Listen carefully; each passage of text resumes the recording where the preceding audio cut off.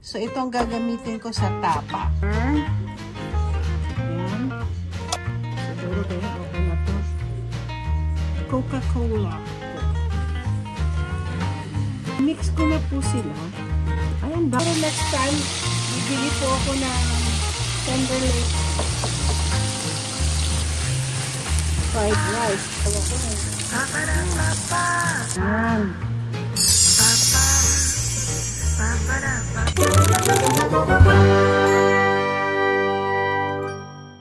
Good morning! At ako'y gagawa na naman ng breakfast. At ang aking gagawin is, katatapos ko lang nag-live. Salamat sa mga nag-join sa akin sa live ko. Salamat sa inyong lahat. At ngayon po ako, sabi ko sa inyo, gusto ko sana lutuin yung aking yung gagawa ko ng fried rice para makain ko na yung aking sardinas. Kaso hindi po. Kasi gusto ng asawa ko kumain. Kaya gagawa po ako ng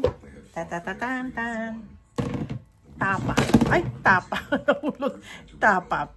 Dito is-slice ko muna yung tapa. I only have beef. Sabi ni Chef RV, ang masarap daw na tapa is either sirloin or tenderloin. Kaso po, ako po ay merong isang beef. Ito ay para sa pot roast. Kaya sabi ko, ito lang aking beef na tinow.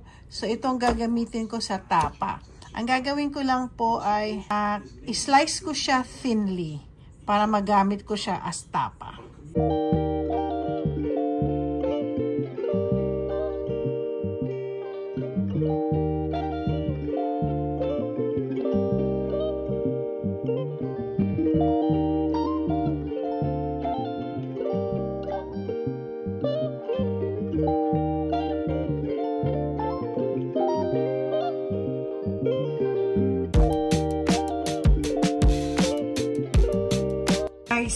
Ito na po, thinly slice ko na siya, yung tapa. Ang mga ingredients nito is 2 tablespoons of soy sauce.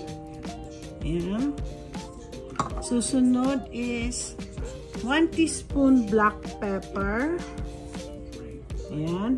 1 teaspoon white sugar. Ayan.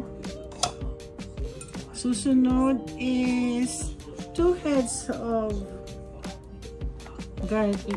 Yung kay kasi ito nakita ko kay kay Chef RV uli. Pero yung sa kanyang ginamit sa garlic, yung merong balat. Sa akin po kasi ito na po, ito. So, lagyan natin 2 gloves. Siguro ganyan, okay na to. Okay na yan.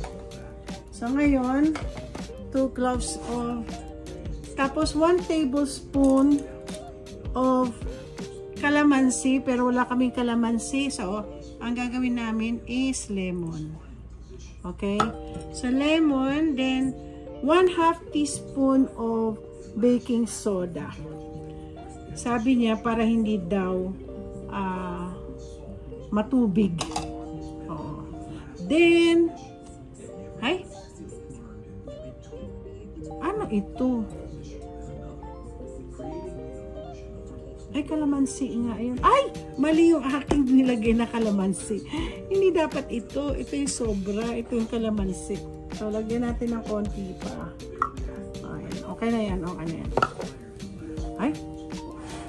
Nag-ano yung bebe. At Coca-Cola. Mga 1 cup lang po. Kita nyo po yan. Ngayon, nakakatuwa naman yung aking So, imimix ko na po sila. Ay, ang dami. Ay, alam nyo po, kulang kasi ang mali ako. Dapat pala hinap-hap ko yung So, anyway, papalitan ko po ito kasi dapat, yung measurement ko is sa ilang kilos, 2 kilo, ito lang ang aking nakuha. So, ang gagawin ko lang, medyo tansya-tansyahin na lang natin. Ililipat ko po kasi yung measurement ko mali. Sige, sige. Gaganito na lang natin po. Oo. Babawasan na lang po natin. Wala sa isip ko yung measurement niya. Ayan. So, ngayon, i-mash-mash lang po natin siya. Mix-mix lang po siya. Siguro pareho din naman yan. Tingnan natin kung anong lasa. Ngayon, pwede naman daw iprito na. Piprito na po natin yung tapa. Ilalagay ko na ito. Ito yung avocado. Ilalagay ko na ho lahat. Lusin ko na siya.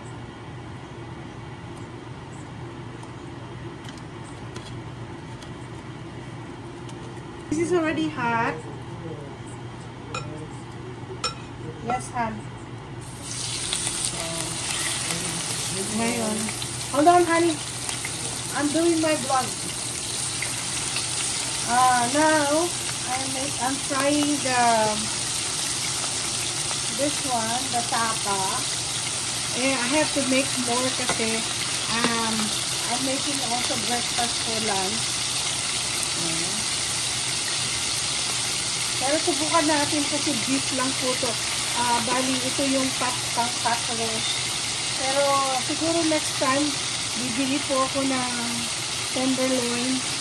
At saka sabi ni Chef RV, kung hindi, punta na lang ako sa store. Bibili ako ng yung beef na sukiyaki. Yung ginagawa sa sukiyaki. Siguro sa may bandang mostly kasi nag-grocery ako sa Paldo. It's a Korean store. So dun siguro ako. Hindi ko alam kung matigas, so sana hindi siya matigas. Kasi ito pang pot roast. So ako nasobrahan ko talaga yung sana po mag-succeed ito. Ay, nako. Nagkamali talaga ako ng aking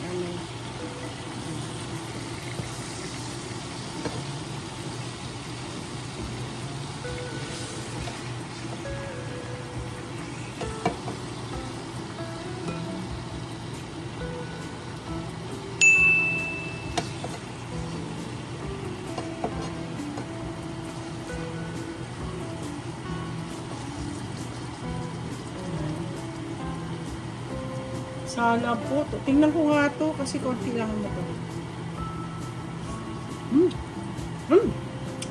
Malambot. Hard. It's soft. It's soft.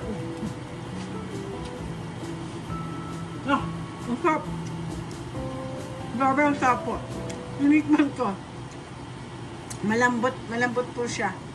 Yan. Medyo maluluto-luto na rin.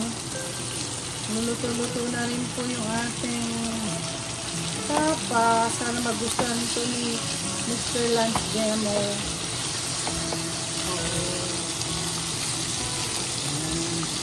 Alam nyo, meron pa ako siguro ito tama na lang muna sa amin itong dalawa. Meron pa ako natira dyan.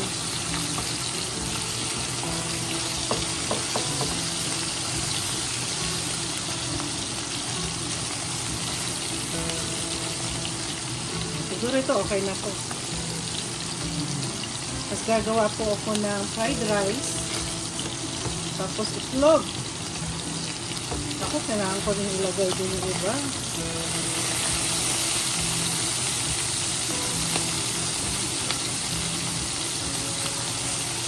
Okay, magluluto po tayo ng fried rice. Para tapsilog. Kaya lang. Okay, mag-ano tayo ng tapsilog. Itong kanin ko na to. Itong kanin na to, ilagay ko sa rep to. Parang kaning lamig. Ayan. Kaning lamig. Tapos, medyo okay na to. Lalagyan natin ng garlic. Ayan, di ba? Yan. Garlic. Meron tayong garlic rice. So, alam niyo dito sa garlic, sa fried rice, nag-alaga po ako ng first time ko sa San Francisco. May tita kasi ako, kaibigan ng tita ko na gusto mag-reliever. Kailangan ng reliever. Siyempre, kita din yun, So yun, meron sila, hindi sila yun. Kalimutan ko na yung lugar na yun. Where, lahat ng mga mayayaman na Chinese nandoon. So, may matandang may Alzheimer. Pag weekend, ako nag-aalaga. Nataon, yung matandang may Alzheimer, pero alam niyo sa ko sa Alzheimer, hindi lang makalimutan ang ginagawa nila noon, yung pagluluto, paano yun. So, yung nga lang, pag gabi lang kasi talaga, gising na gising yung alam mo, sa totoo lang, first time ko nakapunta yung mga milyonaryo sa alam niyo sa totoo lang, na nasubukan ko talaga, naging katulong ako sa San Francisco. Yun nga, kasi bago lang ako pero talaga hindi ako pwede talaga mag-alaga ng mga matatanda. So itong matandang to, may-ari siya ng isa sa malaking restaurant sa Oakland. Tinuro niya sa akin habang nagluluto, kasi mahilig ako magluto di ba? So tinuruan niya po ako kung anong sikreto doon ng fried rice. So yung fried rice, yung ginagawa nila, ewan ko siguro, hindi na rin siguro sikreto, pero halos may ibang kaibigan ko ginagawa nila to. So, ang sikreto daw noon ay ito. Oyster sauce. Yan, nilalagay. Oyster sauce.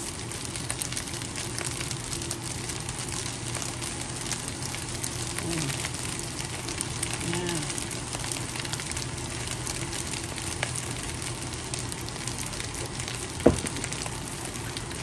So, oyster sauce po ang sikreto ng isang fried rice. Tapos, tinuro din niya po sa akin ang madaling magluto ng yung steamed chicken. Tapos yung rice mo, meron na siyang chicken sa Ang galing. I learned a lot from that old lady. And she is very, ang mga anak niya, mayayaman, taga Hillsboro sa San Francisco. Lang naman, kikita ka. Pero talagang purpose ko is pumunta ng LA para maging working visa. So habang kasi may tita kasi ako na, sabi niya magstay ka muna dito sa San Francisco. So doon ako sa San Francisco. So, in order for me to survive, nagyaya pa nga po ako Nasubukan ko lahat yan. Sabi nga ng nanay ko, dumating, may kinikwento kasi ng mga lola ko, yung anak mo, ayan, hindi ko alam, nag-enjoy siya. So, tinanong ako ng nanay ko kung gusto kong buhay ko dito sa Amerika or sa Pilipinas, na which is all the comfort is there. Sabi ko na, ma'am, I want to stay here in America. Kasi dito ako natututo. Guys, gagawa na po ako ng itlog para tama-tama. The breakfast I'm making is tapsilog. Medyo mainit na ang aking pan. Ganyanin natin yan. Sabi ni Sister Malu ba? O Sister Teresa? Sabi niya, ang galing daw ng gawa ko sa itlog. Perfect. Sabi ko, panoorin mo ang vlog ko at makikita mo kung paano ko ginawa ang perfect cone. Yan. Nakikita mo niyo ba? Ay, alak ko. Ayan. Super init. Super init.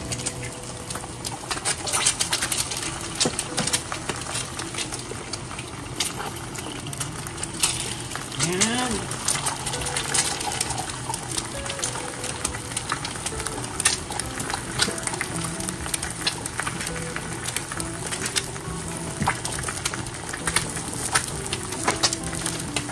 Ay, aray ko. Ang tinatang. Ay! Aray ko. Ay. Tapos, lalagyan natin ng konting salt.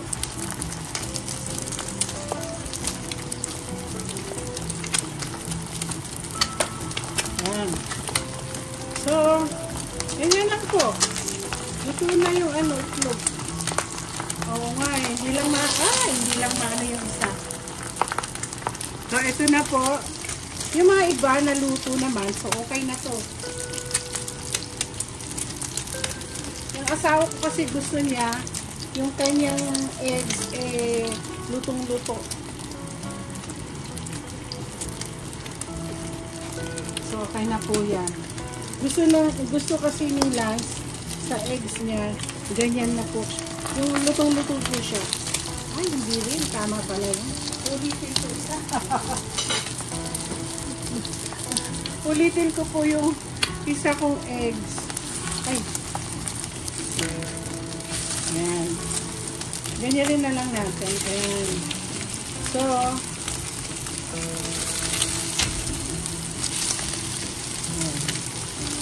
sa akin, medyo okay na sa akin to. Okay na yan. Ayan. Ay! Ito yung gusto ng asawa ko. Ayan. Tama na po ito.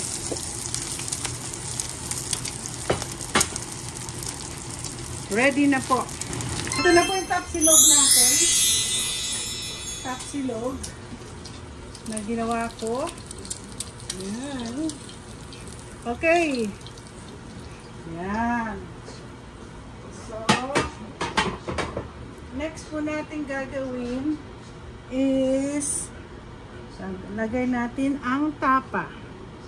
Ang tapa. Baw. Yan.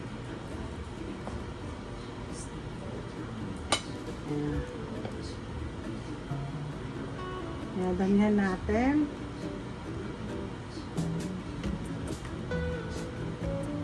Gusto pa na niya, parang masarap talaga ito. Masarap siya. No hechos. Promise. So, ito na po ang tatadan! Wala akong lagyan ko kaya ng lagyan ko ng cucumber. Okay, tatadan! Ito na po ang ating tapa. Tapsilog. Tapsilog. Ito po ay para kay Mr. Ay kanyang breakfast. Han, can you put your put your thing there now? Para kay Mr. to. Ito po. De-deliver natin. And then I'll make you coffee. So my husband will be eating the tapsilog. That's a typical Filipino breakfast, Han. Tingnan mo itsura niya. Okay guys, ito na po ang aking breakfast, tapsilog. So don't forget to like and subscribe. At dalawa kami ng mister ko ang kakain nito. And hopefully magustuhan niya ang tapsilog. Babush!